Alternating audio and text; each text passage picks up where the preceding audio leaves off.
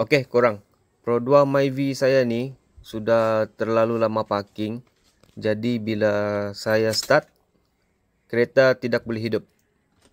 Nampak kan walaupun sudah berapa kali start, meter dia menyala tapi enjin tidak cranking. Jadi saya suspect dia punya bateri sudah weak. Bateri dia sudah lari cas lah. Tapi tidak apa guys. Sekarang saya mau test dulu berapa dia punya voltage. Current dia lah berapa tinggal. Menggunakan voltage battery tester ni guys. Sebenarnya kalau kamu tiada battery tester, boleh juga gunakan multimeter lah. Okey. Alright, sekarang boleh nampak voltage Myvi saya ni guys 7.95 volt. Memang terlalu rendah lah untuk menghidupkan enjin.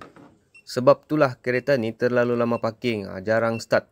Jadi dia punya cas pun lari sampailah bateri weak. Jadi apa yang saya perlu buat, terpaksa jumper lah. Okay guys, nasib saya ada jumper power bank ni.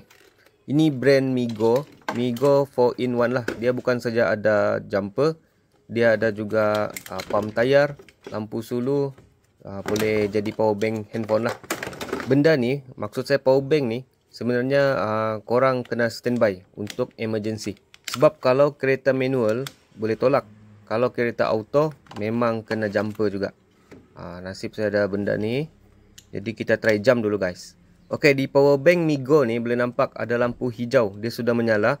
Maksud dia kereta ni ready untuk dihidupkan.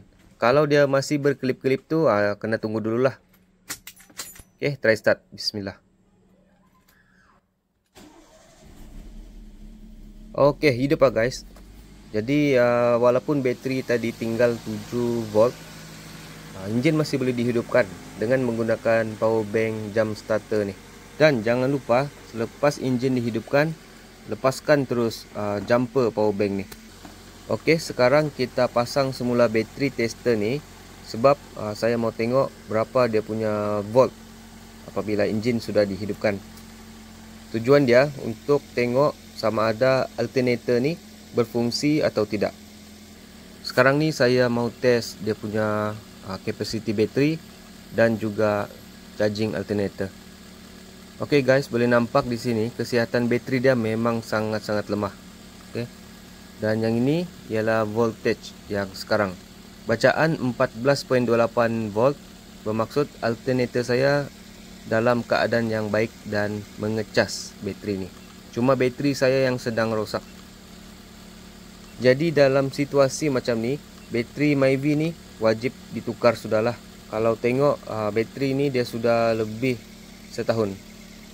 Dekat 2 tahun lah. Okey. So pesanan saya, korang kena standby juga power bank jump starter ni. Yang ni 4-in-1. Memang sangat berbaloi untuk korang simpan.